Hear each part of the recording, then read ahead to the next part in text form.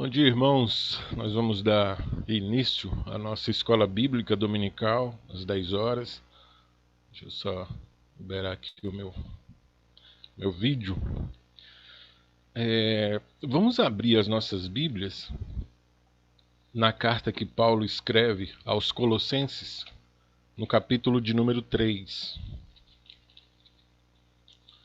Colossenses, capítulo de número 3. Está escrito assim: Colossenses 3, a partir do verso 1. Portanto, se fostes ressuscitados juntamente com Cristo, buscai as coisas lá do alto, onde Cristo vive, assentado à direita de Deus.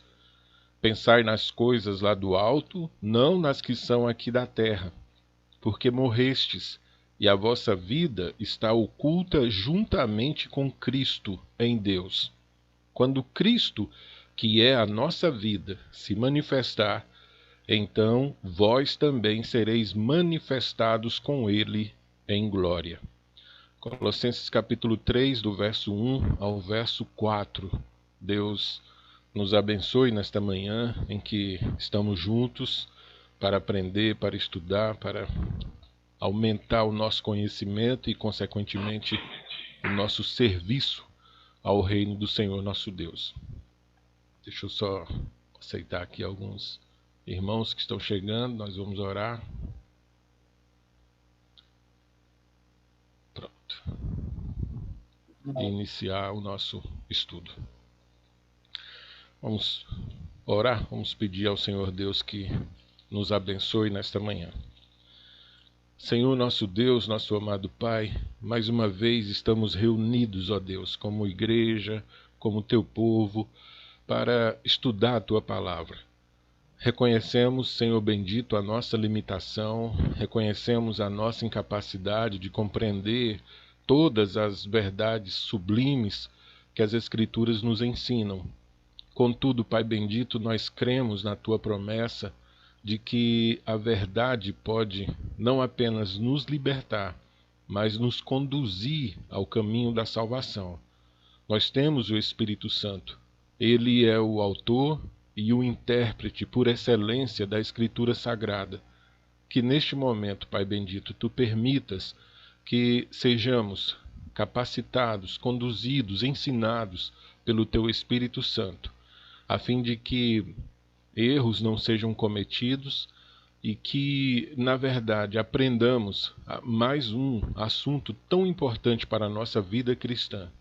E que nossos estudos, ó Deus, reflitam numa vida de santidade, de humildade, de serviço ao Senhor. Abençoa cada pessoa que está participando agora, sua família, seu trabalho, suas lutas. Pai bendito, tu sabes as dificuldades que cada um tem enfrentado, sobretudo nesse momento de crise. Mas o Senhor tem nos acompanhado até aqui, certamente estará conosco e como sempre esteve o tempo todo, Pai. Nossa fraqueza nos impede de descansar plenamente nesta verdade. E oramos então para que o teu Espírito Santo também nos fortaleça, nos anime o tempo todo, Pai bendito. Não nos faça ficar abatidos em meio a tanto sofrimento, mas que mantenhamos a nossa esperança renovada, olhando firme para aquele que é o autor e consumador da nossa salvação, Cristo Jesus. No nome dele nós oramos. Amém. Muito bem. Mais 3 irmãos entrando aqui.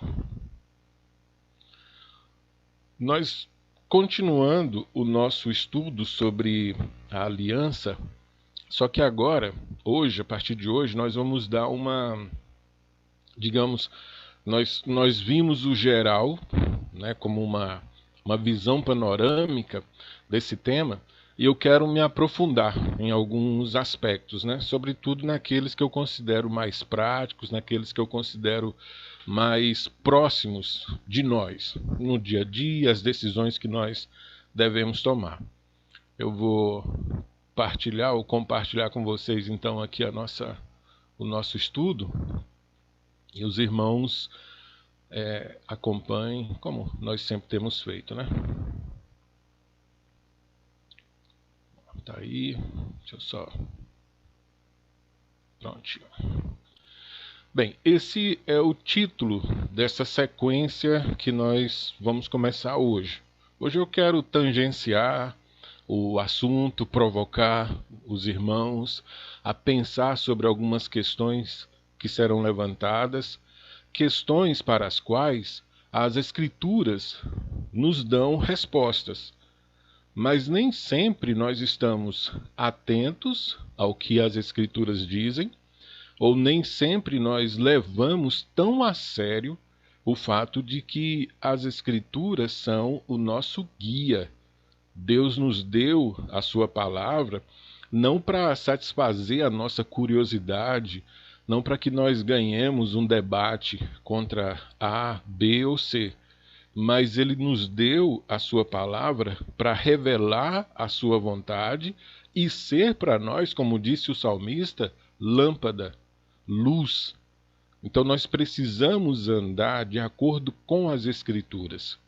E isso significa que as Escrituras são, nós falamos isso o tempo todo, a nossa única regra de fé e prática.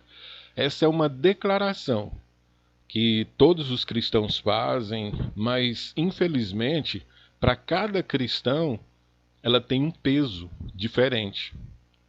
Há cristãos que têm a Escritura como regra de fé e prática, mas não como única. Ele coloca lado a lado com as Escrituras outros valores, outros conceitos, outras normas. Há cristãos que simplesmente veem a Escritura como pertencente a uma esfera muito restrita, muito particular da sua vida. Como se a Escritura só importasse para aquele aspecto que ele consegue particionar, que diz respeito à sua vidinha com Deus. Eu estou chamando de vidinha no sentido pejorativo, porque para essa pessoa, a vida com Deus se resume ao momento de leitura das Escrituras ali, a uma oração, a uma ida à igreja em tempos normais, mas no trabalho, no estudo, nos relacionamentos, a Escritura não é parâmetro, não tem sido farol para essas pessoas. Daí a minha ironia em classificar como vidinha, né, espiritual, vidinha com Deus. Porque, na verdade, não é assim que as Escrituras falam do nosso relacionamento com o Senhor. Então nós vamos usar esse título, Mente Cristã. Eu vou justificar porquê, de onde eu estou tirando esse título, né? Essa expressão não se encontra na Bíblia. O mais próximo dela é o que o apóstolo Paulo diz lá na 2 aos Coríntios, que nós temos a mente de Cristo, mas a expressão literal mente cristã nós não encontramos nas Escrituras, tá? O objetivo, eu vou deixar mais claro ao longo do estudo, é que nós aprendamos a viver, e para viver nós precisamos pensar de tal forma que Deus seja glorificado. Não apenas quando nós estamos cantando na igreja, não apenas quando nós estamos lendo as Escrituras, mas que Deus seja glorificado quando nós estivermos batendo ponto no nosso local de trabalho, conversando na porta da nossa casa com o vizinho ou a vizinha, comprando alguma coisa, vendendo, assistindo televisão, tocando, aprendendo a tocar um instrumento, jogando videogame, dormindo, enfim. A nossa vida está para Deus 24 horas por dia. É possível e é importantíssimo que nós tenhamos isso em mente, que nós vivamos à luz desse princípio, tá bom? Então, esse é o assunto que vai nos ocupar nas manhãs de domingo, pelo menos por 5, 6 semanas. Nós vamos retomar o texto da primeira epístola de Pedro. Alguns irmãos me dizem, né, que o texto fica muito pequeno, mas é o máximo que eu posso fazer para projetá-lo todo numa tela de PowerPoint. Eu, como os irmãos sabem, embora não ainda adaptado a essa nova linguagem, né? Nova para mim o uso disso, entendo que nós devemos fazer o possível para nos aproximarmos do ambiente eclesiástico. Acho que o correto é você ter a sua Bíblia, ler na sua Bíblia todas as passagens. Não acho correto que você assista esse estudo em tom de curiosidade, por exemplo, como se estivesse assistindo um programa qualquer, um entretenimento. Não há aqui nada super sagrado, super santo, não é nada disso. É que esse momento, nós dedicamos à escola dominical. Então nós não vamos para a igreja e ficamos deitados, não ficamos andando para um lado para o outro. Então que você se programe para que nesse momento você cultue ao Senhor Deus. Não é hora de você tomar café, não é hora de você comer o seu pedaço de pão. Isso você deveria ter feito antes. E eu estou falando isso, eu não estou vendo ninguém. Fechei a câmera aqui, não vejo ninguém. Então, por favor, não entenda como se eu estivesse recriminando A, B ou C. Eu não estou vendo vocês. Deus é minha testemunha sobre isso. Só estou dando uma orientação pastoral, porque eu entendo que ter uma mente cristã significa saber discernir os momentos. Então esse é um momento de culto, mesmo que não, de novo, né? Fica até chato ficar repetindo isso. Não é o ideal, enfim, todo mundo sabe disso, todo mundo sabe, mas é o que nós temos. Então é importante, pegue sua Bíblia, acompanhe. Se você estivesse na igreja, você estaria procurando o texto. Então não há razão para você não fazer isso agora, tá bom? Então abra aí a sua Bíblia na primeira epístola de Pedro, no capítulo 1, e acompanhe os versos 13, 14 e 15. O verso 13 diz assim: por isso, cingindo o vosso entendimento, sede sóbrios e esperai inteiramente na graça que vos está sendo trazida na revelação de Jesus Cristo. Como filhos da obediência, não vos amoldeis às paixões que tinhais anteriormente na vossa ignorância. Pelo contrário, segundo é santo aquele que vos chamou, tornai-vos santos também vós mesmos em todo o vosso procedimento, porque escrito está: sede santos, porque eu sou santo. Quando nós, às terças-feiras, estudamos a santidade, nós usamos esse texto como texto base, os versos 15 e 16. Hoje eu quero me concentrar no verso 13. Por isso, cingindo o vosso entendimento, sede sóbrios e esperai inteiramente na graça que vos está sendo trazida na revelação de Jesus Cristo. O texto começa dizendo que o cristão deve cingir o entendimento. A pergunta que qualquer leitor de um texto deve fazer é: eu entendi o que eu li? Eu entendi a ideia?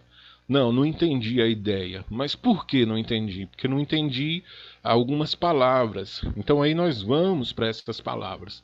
E nós encontramos uma forma de falar que não é nossa. Há uma figura de linguagem que não é do nosso tempo, que é cingir o entendimento. Essa linguagem é usada em outras passagens bíblicas, você deve lembrar, como cingir os lombos, né? O que é isso? O que significa? Cingir, a gente sabe o que é. O conceito de cingir, você tem certeza que sabe. É você colocar um cinto, por exemplo, né? Prender suas calças, você está cingindo. Mas o que significa cingir o entendimento, né? Como é que você pode aplicar isso? Bom, vamos entender primeiro de onde vem essa forma de falar. Veja aí uma ilustração de como eram as roupas, né, os trajes nos tempos bíblicos, algo parecido com isso. Então era uma túnica, né? Grosso modo a gente chamaria de um vestido, né? Homens, mulheres se vestiam dessa forma. Agora, pense comigo aí, eles viviam num mundo rural. Então eles lidavam com lavoura, eles lidavam com ovelhas, né, com gado, eles andavam muito, mas muito a pé. Às vezes eles tinham que correr de salteadores. Então era a roupa do dia a dia. Eu nunca usei um vestido e pretendo não usar. Eu estou falando isso porque nos tempos de hoje vai saber, né? As irmãs poderiam falar disso melhor. Eu não sei se um vestido seja uma roupa confortável para você, por exemplo, ir plantar alguma coisa e cuidar de animais, né? Fazer as tarefas do dia a dia. Imagino que não, porque para eles não era. Então, eles tinham que, usando uma roupa como essa, antes de ir para alguma atividade, tinham que cingi-la. Veja aí nessa ilustração, ó, partindo do primeiro aqui, né, de amarelo, ele tinha a túnica, ele levantava aqui, ó, com uma habilidade incrível. Você está vendo passo a passo, ó? Dobrava, passava aqui por baixo, amarrava, pronto. Do que era uma túnica, agora você tem um short, me permita chamar assim. Então era muito mais prático dessa forma cuidar do gado, né, plantar, arrancar o que havia se plantado, colher, correr, ou mesmo enfrentar um bandido, ter que lutar. Então, quando a Escritura fala, né, olha, cingindo os lombos, ela está falando desse processo aqui, dessa preparação. Daí, então, essa é uma expressão equivalente, talvez próxima, né, equivalente ao que a gente diz hoje, arregaçar as mangas. Está aí, ó. A expressão significa amarrar a túnica na cintura para caminhar apressadamente ou mais livremente. É estar pronto para a ação.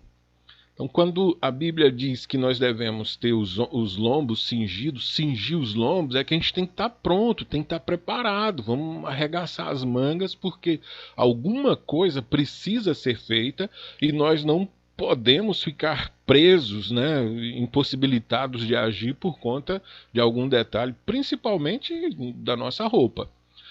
Portanto, então, quando a Bíblia diz que nós devemos cingir o nosso entendimento, o apóstolo Pedro disse lá, cingindo o entendimento, está dizendo que a gente tem que ter um modo de pensar que nos deixe preparados para o dia a dia. Nós temos, ao longo do dia a dia, várias batalhas. A linguagem é bélica, né? E para ouvidos politicamente corretos, né, dos dias de hoje, isso soa, que estranho, né? Um mundo de paz, menos violência. Mas ninguém está falando de violência aqui, a gente está falando de batalha no sentido figurado, de lutas, né? De dificuldades que nós enfrentamos. E dificuldades que começam, irmãos, aqui, na nossa forma de pensar.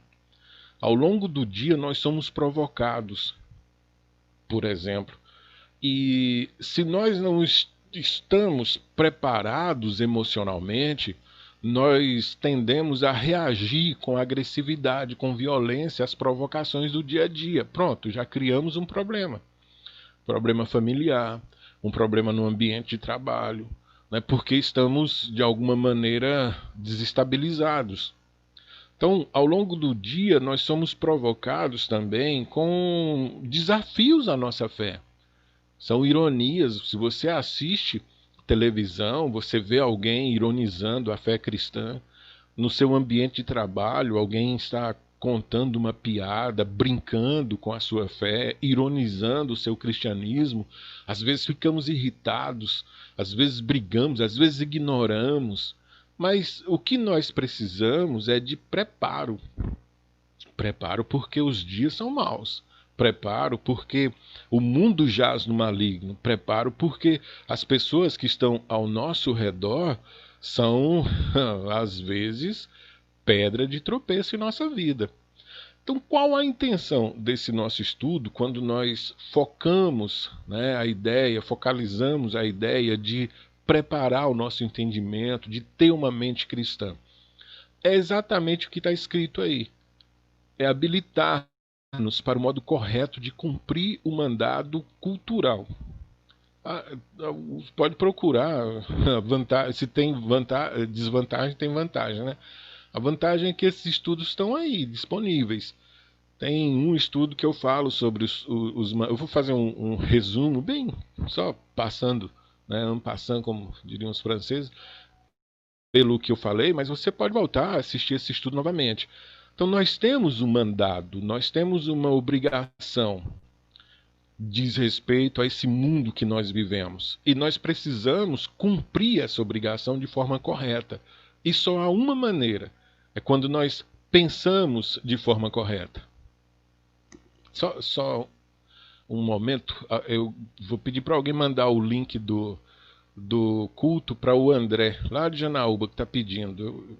Por favor, Sandra, alguém que estiver assistindo aí, Luísa, mande lá para o nosso irmão Deco.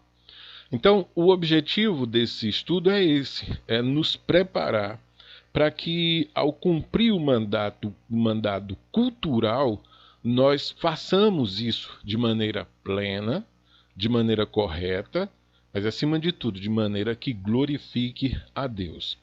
Então, vamos fazer essa recapitulação. Quando eu falei do mandado da criação, quando Deus nos criou, né, criou Adão, criou Eva, ele deu ao homem 3 obrigações, 3 esferas em que o homem deveria honrá-lo, deveria glorificá-lo no seu desempenho.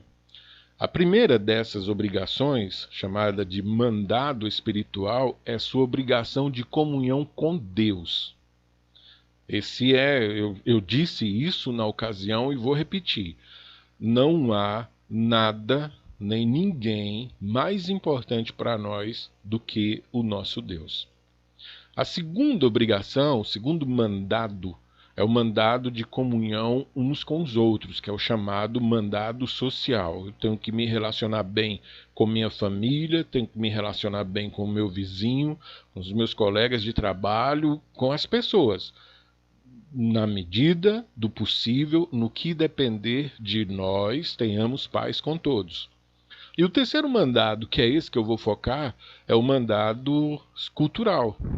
É como eu devo viver nesse mundo, como eu devo cuidar desse mundo, né? Então, na ocasião, eu mostrei para os irmãos isso. Mandado espiritual, que é o primeiro, me ensina que a minha prioridade, o meu desejo maior é o meu Deus. Deus deve ser o primeiro e o mais importante amor de um homem, de uma mulher. Aquele que não ama a Deus sobre todas as coisas não é digno dele. Isso é importantíssimo, irmão. Amar a Deus é mais importante, é mais importante mesmo do que amar a família, do que amar a igreja. Não confunda Deus com a igreja. Você está sendo idólatra, estaria sendo idólatra. Qualquer coisa que você ame mais do que a Deus configura idolatria, tá? Mas volte lá a esse estudo e veja com mais profundidade. O mandado social é o mandado de relacionamento uns com os outros. Como naquele primeiro momento, né, o próximo de Adão era sua esposa, a gente diz que a expressão maior desse mandado é a relação familiar, claro. Mas o homem não vive só em família. Nós estamos confinados, alguns, né, em casa, aí, 3, 4 meses, é o tempo dessa pandemia. E você vê notícias de que divórcios estão aumentando, as pessoas não estão suportando, veja, não estão suportando a vida familiar, que deveria ser a maior expressão de contentamento. O homem deve se satisfazer muito mais na relação familiar do que na relação lá no seu ambiente de trabalho, no campo de futebol, com os vizinhos. Deveria ser o contrário. Essas notícias todas, mas por que não é assim? Porque, infelizmente, o pecado trouxe desordem a essa harmonia estabelecida pelo Senhor Deus, uma escolha nossa, né? Pecamos, portanto, trouxemos isso para a nossa realidade. E o terceiro mandado, que é o mandado cultural, nos ensina dominar este mundo, descobrir as coisas deste mundo. O homem descobriu as leis da natureza e agora ele pode, por exemplo, plantar, colher na ocasião certa, plantar no momento certo, plantar no solo correto. Quando o solo não é o mais adequado, ele descobriu meios de mudar a estrutura, né, do solo. Veja, isso é um mandado cultural, como eu disse na ocasião. Deus deu o mundo para o homem, o mundo a ser desenvolvido. Falei disso muito na ocasião. Então, como é que eu vou fazer isso de tal forma que eu glorifique ao Senhor Deus?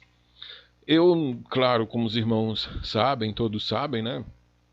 Eu consigo falar algumas coisas porque eu me apoio em grandes homens de Deus. Não sou produtor de conhecimento de forma alguma, né? Eu reproduzo aquilo que eu tenho aprendido.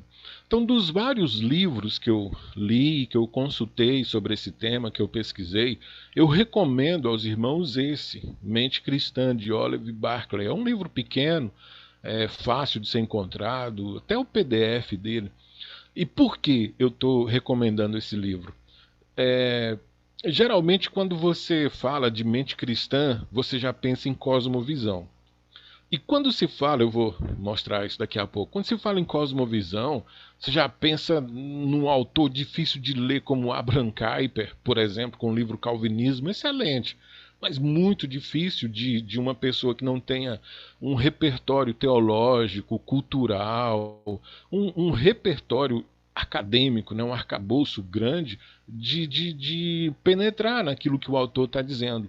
E esse livro é muito prático. Eu gosto dele, recomendo para a minha igreja por isso, porque ele é prático. A linguagem é simples, direta, né? Não é. Eu estou dizendo prático, mas eu não estou querendo dizer de forma alguma simplista, sabe? Ele vai direto àquilo que eu e você precisamos saber no dia a dia. Eu vou me basear muito nele, embora traga outras referências que eu vou mencionar à medida que eu estiver usando para os irmãos, mas se você quiser ler sobre cosmovisão cristã, aprender sobre isso, comece por esse livro. É uma dica que eu te dou. Depois, claro, se aprofunda, né? Se aprofunde um pouco mais. Bom, algumas questões que nós trataremos nesse estudo. O que significa, óbvio, ter uma mente cristã? Eu preciso saber o que isso significa. Ter uma mente cristã significa 24 horas por dia ler a Bíblia? Significa o tempo todo estar orando? Significa que eu não posso discutir futebol, por exemplo? Eu não tenho mais a mente cristã? Para os irmãos aí, o Ellison, que parece gostar tanto do Flamengo, né? Significa que eu não posso parar um pouquinho e discutir sobre o que significa a saída do treinador do meu time? É isso? Não, de forma alguma. Ter uma mente cristã não é isso. Não é nos proibir, por exemplo, de desempenhar, de desfrutar do mandato cultural. Deus deu o mundo para o nosso deleite. O esporte é uma coisa que nós descobrimos, né, inventamos, é para o nosso deleite. Agora, nós devemos fazer isso de tal forma que Deus seja glorificado. E aí vem o segundo desafio, que é como ter uma mente cristã. Existem dicas para isso? Existem passos que eu devo seguir? Parece que sim, as escrituras nos levam a entender que sim. E para que eu tenho que ter essa mente cristã? É só como especulação, né? Para eu poder discutir, debater, provar que A está errado, que B está errado, que a visão apresentada nessa novela ou nesse filme não é condizente com os valores cristãos? Bom, a gente vai discutir isso ao longo desses estudos. Essa imagem representa a contradição, tá? Você digitar aí contradição e procurar imagens, você vai achar sujeito que vai para um lado, né, mas na verdade está namorando o outro lado. Contradição é diferente de paradoxo ou de uma antinomia, né, na linguagem teológica. Então, o que é um paradoxo? O que é um antinômio? Ou as antinomias lá do J. I. Packer? As escrituras nos apresentam, às vezes, duas verdades paralelamente. A nossa mente não consegue conciliá-las. E não é preciso que façamos isso. Nossa mente é limitada. Dá um exemplo. A nossa mente, as escrituras dizem que Deus é soberano. Ninguém duvida disso. Deus é soberano. Ninguém cristão. Mas a Bíblia também diz que o homem é responsável pelo que ele faz. Você também sabe disso. Quando você peca, você não diz, Deus me fez pecar. Tanto que você ora pedindo perdão pelos seus pecados. Isso é um antinômio, isso é um paradoxo. Olha, Deus é soberano. Ele controla todas as coisas. E eu sou responsável pelo que eu faço. Eu não consigo confrontar essas duas verdades e extrair delas uma síntese. Não dá. Elas são paralelas. Isso é antinômio, isso é paradoxo. Uma contradição é diferente disso. Contradição, deixa eu dizer, me ocorreu aqui agora, contradição, o Raul Seixas vai nos dizer. Tem uma música em que ele canta o seguinte: a história conta que a gente agrada a Deus fazendo o que o diabo gosta. Isso é uma contradição. Você percebe? Eu agrado a Deus obedecendo ao diabo. Isso não há na Escritura a afirmação de que eu devo agradar a Deus, e não há na Escritura nenhuma referência ao fato de eu ter que fazer o que o diabo gosta. Então, é uma contradição. Ou eu sirvo a Deus ou eu sirvo ao diabo. Isso foi muito bem estabelecido em todas as Escrituras e, claro, pelo Senhor Jesus Cristo. O que é contradição, então, para nós? Exemplos práticos. Veja isso aí, essa notícia que saiu no G1. Dia 19/2/2019, está aí a referência. Grupo de evangélicas se une para lutar pela legalização do aborto. Nosso direito, as mulheres cantavam lá. E havia faixas. Frente Evangélica pela legalização do aborto. Seria essa uma luta cristã? É uma forma de pensar validada pelas Escrituras a defesa do aborto? Mas o princípio aqui, está aí embaixo, né? Segundo o grupo entrevistado pelo G1, a criminalização do aborto fere os direitos de liberdade e dignidade de uma mulher. Você está cansado de ouvir essa cantilena. Você já ouviu isso tantas vezes, você já decorou os argumentos todos.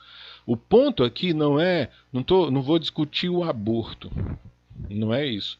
Eu estou discutindo o fato de evangélicas defenderem o aborto.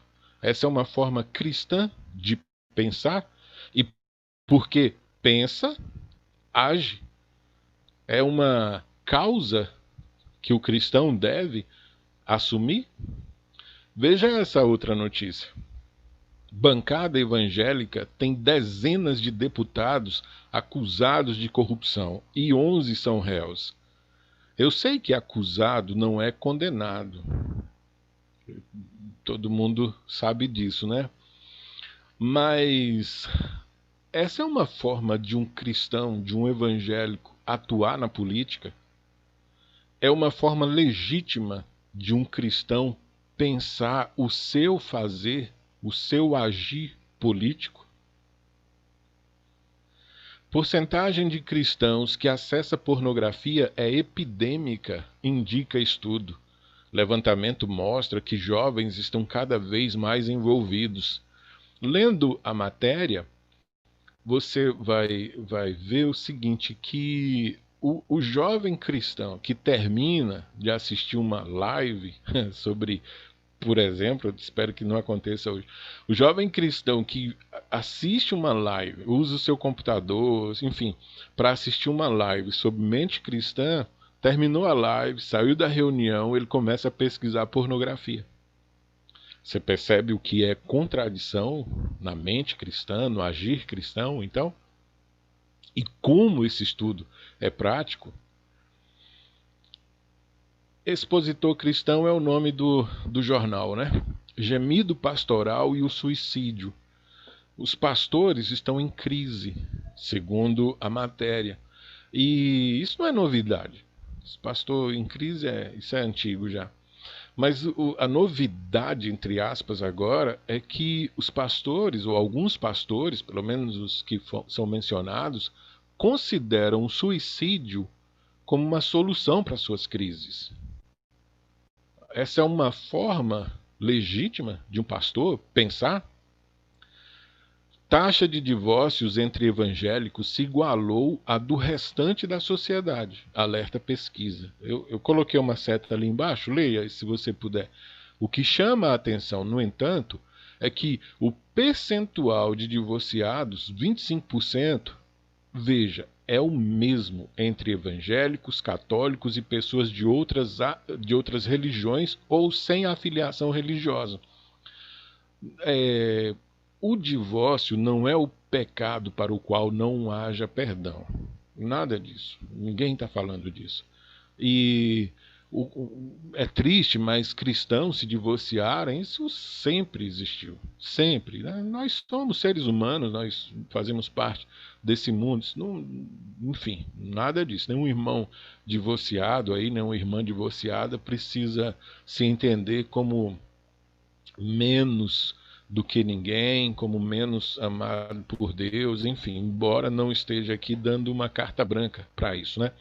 Mas o que chama atenção nessa notícia é que o percentual, quer dizer, antigamente havia divórcio na igreja, mas era tão raro que chegava a ser um escândalo, né? Olha, fulano se divorciou, era notícia. Segundo o texto e segundo a nossa sensação, isso não é mais novidade, porque a taxa é a mesma entre evangélicos, católicos e pessoas de outras religiões ou pessoas sem afiliação religiosa. Quer dizer, uma prática que é do mundo, vamos chamar assim, né? Agora está dentro da nossa igreja. E por que isso acontece, irmãos? Acontece porque ao longo da nossa vida, ao longo de um dia, quantas portas nós somos desafiados a abrir? Veja se você não já se viu numa situação como essa, no seu ambiente de trabalho. Você tem uma decisão a tomar, mas se você tomar essa decisão, você começa a pensar, eu vou prejudicar A, B ou C, meu chefe não vai gostar, eu vou criar problemas, é o certo a se fazer. Mas você não quer ficar mal com esse ou com aquele. Ou pior, se eu fizer isso, eu coloco o meu emprego, né, em perigo. Então eu posso ir por esse caminho, eu posso fechar os olhos para o que está acontecendo. Nas suas conversas, alguém chega e confessa a você que está prestes a trair a esposa, a trair o marido, e aí você tem uma porta a abrir, a porta do desafio, do confronto, do mostrar o erro, mas aí você pensa, puxa, eu não tenho nada a ver com a vida dessa pessoa, enfim, é decisão dela, então eu vou me calar e tal, você procura outra porta. O que eu quero mostrar é que nós somos desafiados o tempo todo a tomar decisões. E muitas, irmãos, muitas decisões são extremamente difíceis para nós. Extremamente difíceis se nós nos preocupamos em glorificar a Deus. É por isso que nós precisamos construir um modo e é importante isso, é um modo de viver e um modo de pensar que vença toda a sorte de questões práticas que nos ocorrem. Por que tem que ser um modo, um estilo de vida? Porque eu não posso condenar o aborto hoje e daqui a 2 horas, porque eu estou em outro contexto, aprovar o aborto. Eu tenho que ser coerente. Se eu pensar em termos, por isso que eu vou falar muito da mente cristã, se eu não tenho isso como estilo de vida, por exemplo, quando num determinado momento o jovem, estou falando jovem porque é o público, segundo a pesquisa lá, que mais acessa, né? Mas vamos lá, quando a pessoa um cristão vai acessar pornografia, aí naquele momento ele pensa assim, não vou fazer isso porque o pastor falou, porque não sei quem falou, isso e tal, não paro.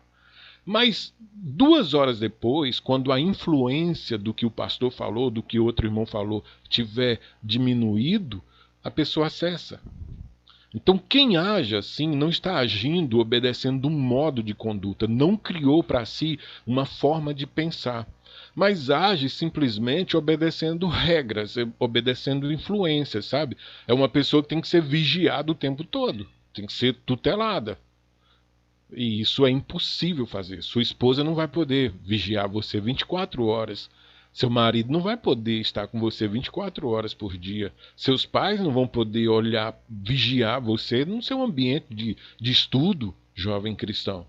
Então, a menos que você construa um modo de vida, um estilo de vida, uma forma de pensar coerente, você vai viver sendo derrotado pelo pecado. Aliás, no livro, e eu gosto dessa visão dele, né? Ele prefere falar, ele diz, né, que deixou o termo mente cristã, porque é um termo mais usado por nós, mas o ideal seria uma perspectiva cristã. Perspectiva é o ponto em que você se encontra para analisar, para ver alguma coisa. Então tem uma perspectiva de algo. Estou olhando para algo por cima, pelo lado, por baixo. Perspectiva é isso. Então nós temos que desenvolver essa perspectiva cristã sobre questões que vão além das coisas relacionadas ao Evangelho. Eu tenho que ter uma perspectiva cristã, por exemplo, para a educação. Eu tenho que ter uma perspectiva cristã para o namoro, eu tenho que ter uma perspectiva cristã para os negócios, né? O que eu estou fazendo para ganhar dinheiro é legítimo? Então, se eu não tenho essa perspectiva cristã, o que vai acontecer? Vai acontecer de você ter um oficial da igreja de terno e gravata no domingo e um comerciante ao longo da semana desonesto. Vai acontecer que você pode ter um jovem músico tocando a bateria, tocando o violão, tocando a guitarra da igreja, louvando a Deus no domingo à noite, no culto solene, e durante a semana esse mesmo jovem frequenta motel com a namorada. Você percebe onde eu quero chegar? Então, a menos que nós tenhamos uma mente cristã, uma forma cristã de pensar que conduza a nossa vida para uma ação coerente, nós vamos ser, infelizmente, escândalos para o Evangelho. Veja aí o exemplo de Salomão.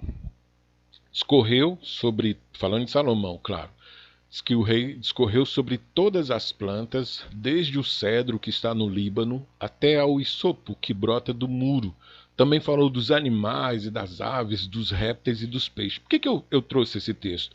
Para mostrar para o irmão o seguinte, que a perspectiva cristã vai além do Evangelho.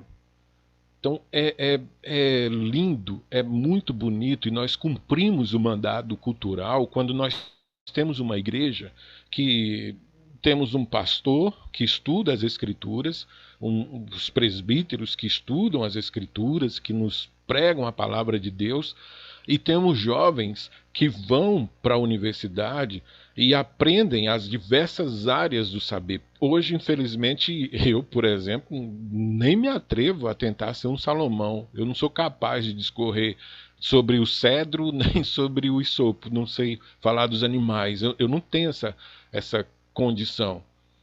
Então, eu preciso ter na minha igreja aquele jovem que estudou biologia.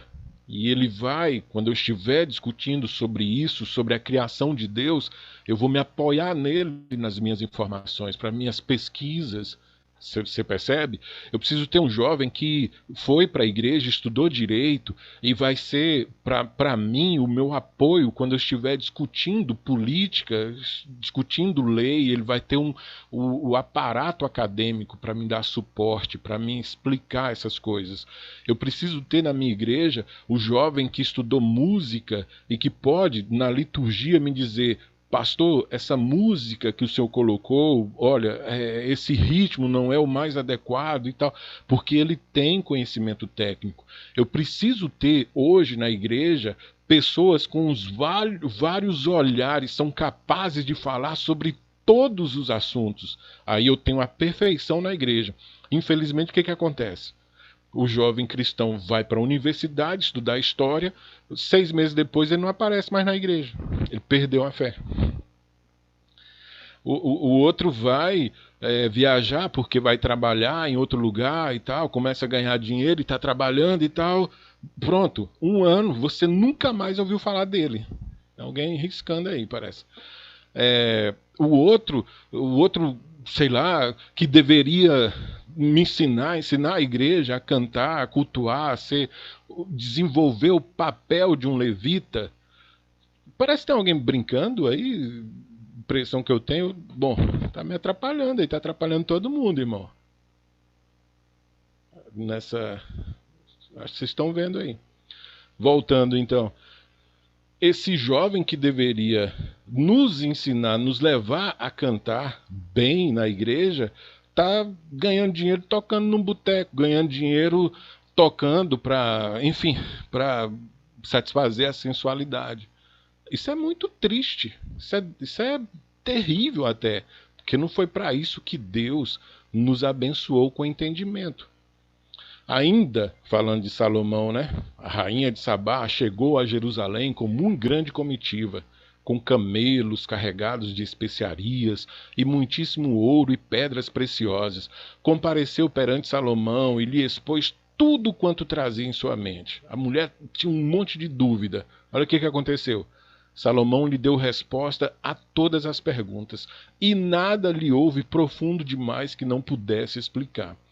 Eu vejo que hoje o que Salomão fez deveria estar sendo feito pela igreja, mas de forma coerente, né? Se a igreja entendesse a necessidade de pensar como cristão, pensar de forma que agrada a Deus, isso seria muito melhor. Esse texto é interessante, né? 1 aos Coríntios 7,12. Aos mais digo eu, não o Senhor. Se algum irmão tem mulher incrédula e esta consente em morar com ele, não a abandone. E a mulher que tem marido incrédulo e este consente em viver com ela, não deixe o marido. Havia uma dúvida na igreja de Coríntios, várias dúvidas em relação à vida conjugal. E lendo as escrituras, né? Aqueles irmãos não encontraram orientação para esse assunto. O que eles fizeram? Procuraram o apóstolo Paulo. Parece que Paulo também, nas suas pesquisas, né, não teve uma referência anterior. O que ele fez? Bom, ele primeiro tem autoridade apostólica. Segundo, ele pensa de forma coerente. Ele é um cristão. Por isso ele teve a autoridade de dizer, olha, isso que eu vou dizer a vocês ainda não foi dito. Mas eu estou dizendo porque está de acordo com o que o Senhor aprova. Você vê a autoridade. Algumas pessoas leem, mas aqui é Paulo que está pensando, aqui é a ideia de Paulo, é o conceito de Paulo. Paulo era machista. Paulo, essas feministas de hoje aí, porque Paulo era machista e tal, tal, tal. Paulo era um homem que pensava de forma cristã, coerente e que, portanto, tinha autoridade para ensinar um determinado assunto, sabendo que o que ele estava falando estava condizente com a visão maior apresentada nas Escrituras Sagradas. É disso que o texto trata. E eu e você deveríamos ter essa mesma autoridade. Na hora de dar opinião sobre o aborto, não pender para que o livro, né, para aquilo que o meu livrinho, meu autor preferido aí de ciências humanas disse, para que minha professora lá do diretório disse, para que o fulano andou dizendo. Não, a minha forma de pensar, como dizem as Escrituras, deve ser cativa ao Senhor Jesus Cristo, ao Evangelho. A mente cristã não é necessariamente um assunto intelectual. Então, eu já disse isso, né, a escolha do livro. Quando se fala em cosmovisão, a gente já pensa logo, eu vou ter que ler filosofia, eu vou ter que ler não sei o que. É claro, quanto mais conhecimento a gente tiver, melhor. Mas quando a Bíblia foi escrita, ela não foi escrita para filósofos, para teólogos, para historiadores. Ela foi escrita para pescadores, para agricultores, como nós vimos, para mulheres que eram donas de casa, para pessoas que eram analfabetas. E para essas pessoas, o apóstolo Paulo disse que elas deveriam pensar de forma cristã. Então, ainda que você nunca tenha lido um livro de filosofia, isso não faz falta para você. E isso não tira de você a responsabilidade de ter uma mente cristã. Os grandes homens, vamos chamar assim, né, os grandes homens de Deus que conviveram lá com Paulo no dia a dia, eles também não liam, não. Alguns deles nem sabiam ler. Eles sabiam pescar, sabe? Eles sabiam plantar, eles sabiam colher, eles sabiam cuidar de ovelhas. E eles procuraram, se esforçaram, porque foram desafiados a terem uma vida cristã, uma mente cristã. Então, a Bíblia insiste, é uma citação do livro, a Bíblia insiste que nosso coração e mente devem ser mudados. Na verdade, a palavra arrependimento significa mudança de mente e não simplesmente mudança de comportamento. É o que eu disse agora há pouco. Você pode mudar o seu comportamento hoje. Você pode dizer assim, bom, é verdade. Pornografia é algo que Deus não gosta, então hoje eu não vou acessar. Aí você vai conseguir hoje, amanhã, você vai conseguir 2, 3, 4 dias. Mas enquanto você não mudar a forma de pensar, mais cedo ou mais tarde você volta a ela. Você percebe a importância então de mudar a mente?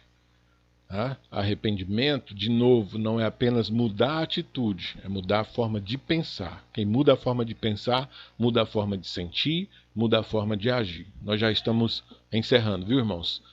Ezequiel, nessa passagem 30, 31, diz assim, portanto, eu vos julgarei, a cada um segundo os seus caminhos, ó casa de Israel, diz o Senhor Deus.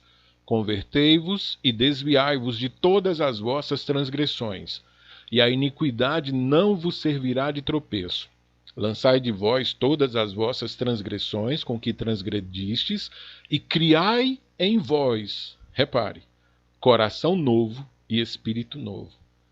Essas expressões se referem mente, espírito, atitude, comportamento. Não é só mudar comportamento, é mudar a forma de pensar. Pois, por que morreríeis, ó casa de Israel? Porque não tenho prazer na morte de ninguém, diz o Senhor Deus. Não tem prazer na morte de ninguém, mas as pessoas continuam morrendo. Segundo aos Coríntios, capítulo 7, 9 e 10. Agora me alegro não porque fostes contristados, mas porque fostes contristados para arrependimento. Pois fostes contristados segundo Deus, para que de nossa parte nenhum dano sofresseis. Porque a tristeza segundo Deus produz arrependimento para a salvação, que a ninguém traz pesar, mas a tristeza do mundo produz morte. Do que esse texto está dizendo? Eu falei, bom, deixa eu voltar de novo a esse ponto aqui. O jovem cristão que acessa pornografia não é um demônio, não é uma pessoa que não tenha perdão, nada disso. Não vá também achar que o mundo acabou por isso, né? E o que acontece? Toda vez que ele acessa pornografia, depois ele chora, vem um arrependimento, vem um remorso. Mas Paulo está dizendo que essa tristeza não vai te levar à vida, porque não adianta você chorar hoje e daqui a 2 dias voltar a fazer novamente.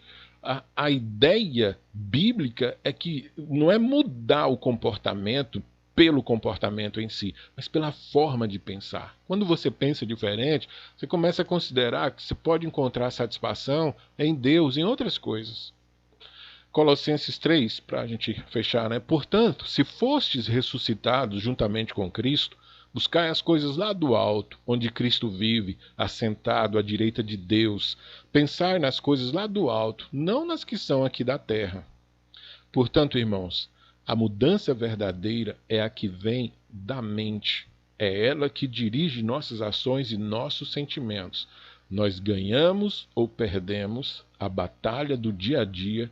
Não é pelo coração, mas é pela mente. Preciso mudar a forma de pensar. Quando mudamos a forma de pensar, mudamos a forma de reagir, mudamos a forma de sentir, mudamos a forma de nos relacionar uns com os outros, mas mudando primeiro a forma de pensar. Daí a importância, né, de estudar a mente cristã. E é isso que nós vamos fazer de forma bem simples, bem humilde, à medida das nossas condições nesses próximos dias, próximos domingos. Como é que nós aprendemos? Quais as lições nós tiramos disso aí? Primeiro, o cristão deve se preparar para testemunhar a transformação de sua vida coerentemente. Coerência é o contrário de contradição. Então você deve agir de acordo com o que você pensa, adequar a sua ação ao seu pensamento. Caso contrário, você será um hipócrita. Você vai fingir ser de um jeito quando está na presença de alguém, mas o seu pensamento, seu desejo é outro, totalmente diferente. A segunda lição é que o cristão está neste mundo, mas não pertence a ele. Então, suas escolhas devem refletir a sua nova cidadania, né? Escrever aí, refletir o seu novo caráter. O cristão deve preservar sua mente da influência, né, do modo de pensar desse mundo. Ficou meio estranho aí. Esse mundo tem uma maneira de ver as coisas. O mundo de hoje, por exemplo, eu falo sempre, né? Esse politicamente correto de hoje é todo mundo certo, tudo válido, toda forma de amor está valendo e tal, tal, tal, tal. Então nós ouvimos isso. Ouvimos na TV, ouvimos nas músicas que gostamos, nos livros que lemos, nos professores que admiramos, ouvimos nas apostilas, em todo lugar nós ouvimos isso. Então, como nós podemos nos manter longe disso? Tendo a mente cristã, equilibrando, sabe? Nunca admirando pessoas desse mundo mais do que admiramos o Senhor Deus. Eu sempre cito isso, né? Não tenha heróis que morreram de overdose. Isso ficava muito bom para Cazuza, né? Nossa referência morreu na cruz, tá? O estilo de vida que nos salva e que deve nos atrair é santo. O estilo de vida é bom, é justo. Essa deve ser a nossa referência. O cristão necessariamente pensa de forma diferente do que pensava antes. Isso é importante, porque não pense que você, cristão, tem que inventar um modo cristão de pensar. Não, no momento em que nós somos chamados, já estudamos isso, justificados, santificados, nós já começamos a ver tudo de outra forma, outra perspectiva. O que nós precisamos é desenvolver isso, potencializar. Aquilo que já está em nós pelo Espírito Santo, nós precisamos permitir que nos domine. É disso que trata, portanto, o nosso estudo. Tá bom, irmãos? Nos próximos estudos nós vamos tentar detalhar isso, mostrar argumentos bíblicos, formas bíblicas de se pensar situações do dia a dia, né? Para as quais nós temos, sim, à luz da Escritura, nós temos boas respostas. Precisamos simplesmente aprender a usá-las, né? A desfrutá-las. Então, que Deus nos abençoe. Amém? Pois bem, então nós vamos, como eu faço sempre, vamos orar, vamos terminar esse estudo, aí eu vou dar um tchauzinho para os irmãos lá do YouTube. Janilton, você pode ligar seu microfone aí, irmão, e fazer essa oração? Eu vou autorizar aqui, só um minutinho, eu ainda aprendo, viu, irmão? Pode ficar tranquilo.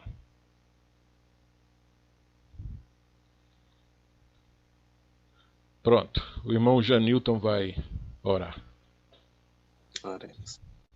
Santo Deus e Pai, nós te louvamos o nome, ó Pai, te agradecemos, porque só tu, Senhor, és digno de toda honra, todo louvor e toda glória. Amém. Nós te louvamos e te agradecemos o nome, ó Pai, porque o Senhor é o nosso sustentador, é aquele, ó Deus, que nos dá, ó Pai, a segurança, que nos dá, ó Pai, o conforto, que nos dá, ó Pai, o alimento, é aquele que supre todas as nossas necessidades, ó Pai.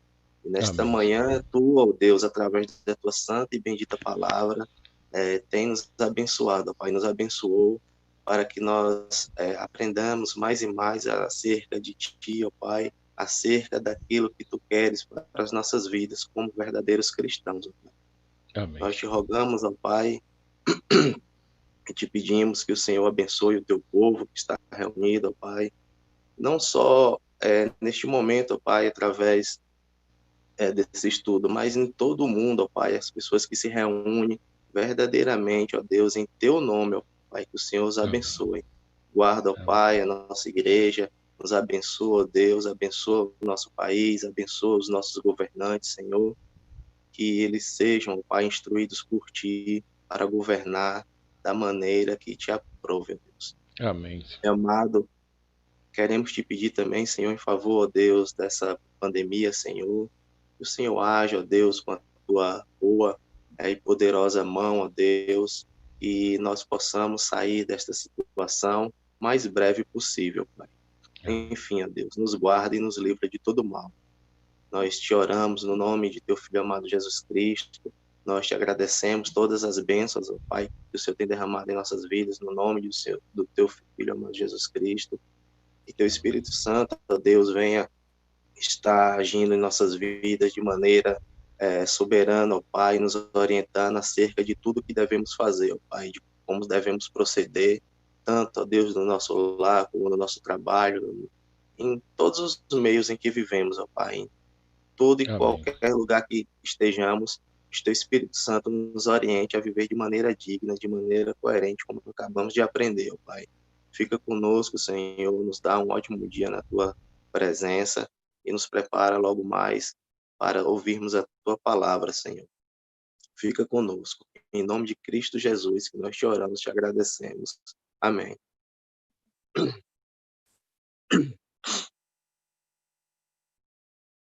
Amém.